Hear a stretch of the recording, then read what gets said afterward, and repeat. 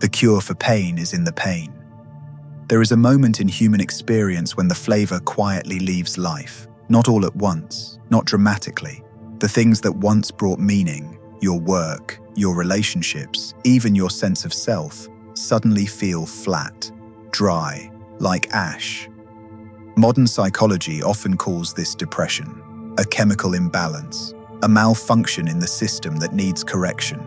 But more than 800 years ago, the Sufi mystic Rumi described this exact state in a very different way, not as sickness, not as failure, but as a procession, a royal one. He suggested that what we call a breakdown is often something else entirely, a dismantling of the ego, making room for a deeper expansion of consciousness. Today, we are not here to deny psychology. We are here to make a careful distinction, to explore why Rumi believed that this particular darkness is not a tomb, but a womb. We live in a culture that is deeply afraid of emptiness. When silence lingers too long, when sadness stays too close, we rush to fill the space. We medicate it, distract it, label it. Suffering becomes proof that something has gone wrong.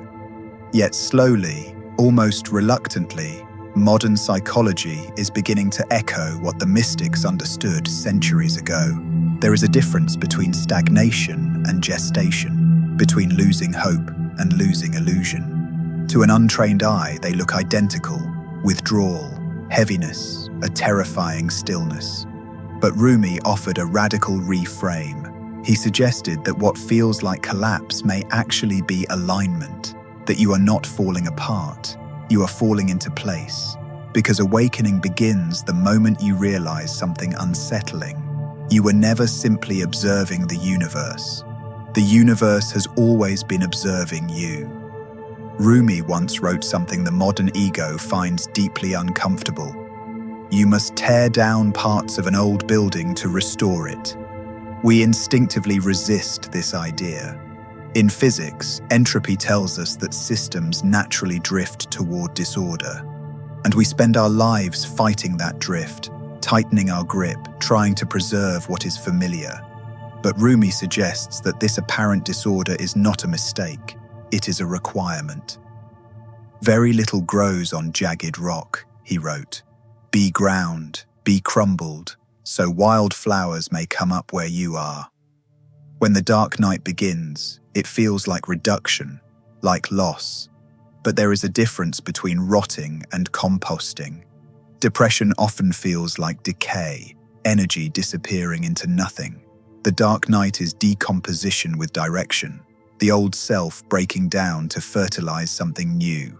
This is one of the clearest distinctions. In depression, the will to live fades.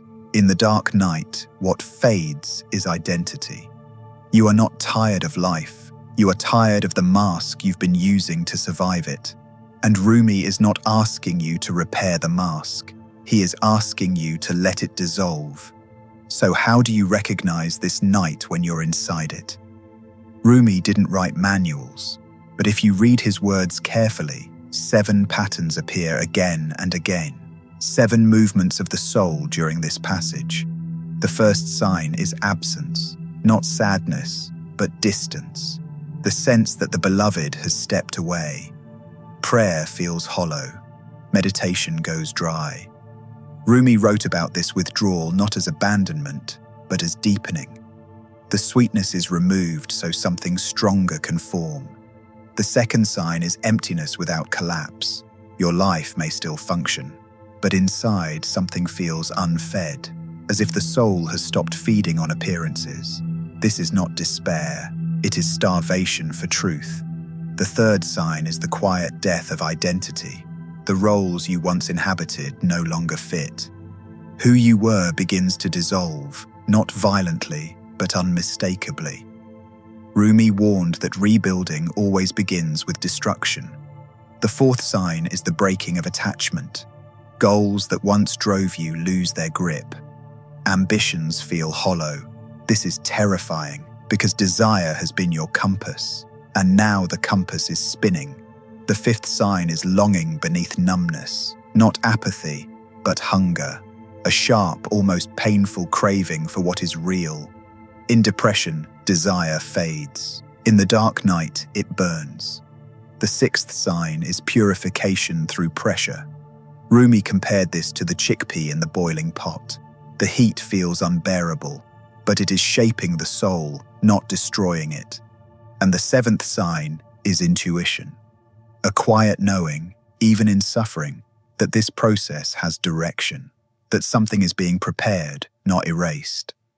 When these 7 signs move together, Rumi would not call this illness. He would call it initiation.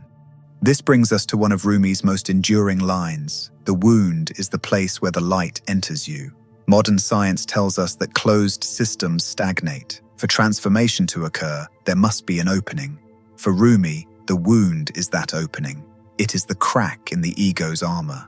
Most of us spend our lives trying to seal these cracks, presenting a finished surface to the world. But a finished surface lets nothing in. During the dark night, defenses fall away. You become raw, permeable. And precisely because of that vulnerability, something deeper can enter. To praise, Rumi wrote, is to praise how one surrenders to the emptiness.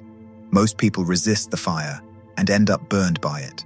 Rumi invites you to walk into it, to ask the darkness what it has come to teach. There is one part of the dark night that few people talk about. Not sadness, not confusion, loneliness, a quiet existential isolation. You may feel disconnected from people who once felt like home. Conversations no longer land. Even loved ones may say, "You've changed." And they are right. This loneliness exists because the old social self is dissolving. External validation collapses. Borrowed meaning withdraws. You are being asked to stand without mirrors. And this is why the dark night feels unbearable, not because of pain, but because no one can walk this part for you. Yet this isolation has a purpose. When the noise fades, something quieter emerges, a self that does not need to perform. Rumi hinted at this when he wrote, "The door is open. Why are you so busy with yourself?" This is not abandonment, it is initiation. Perhaps this dark night is not punishment. Perhaps it is preparation. When poetry meets physics, we remember that energy is never destroyed, only transformed.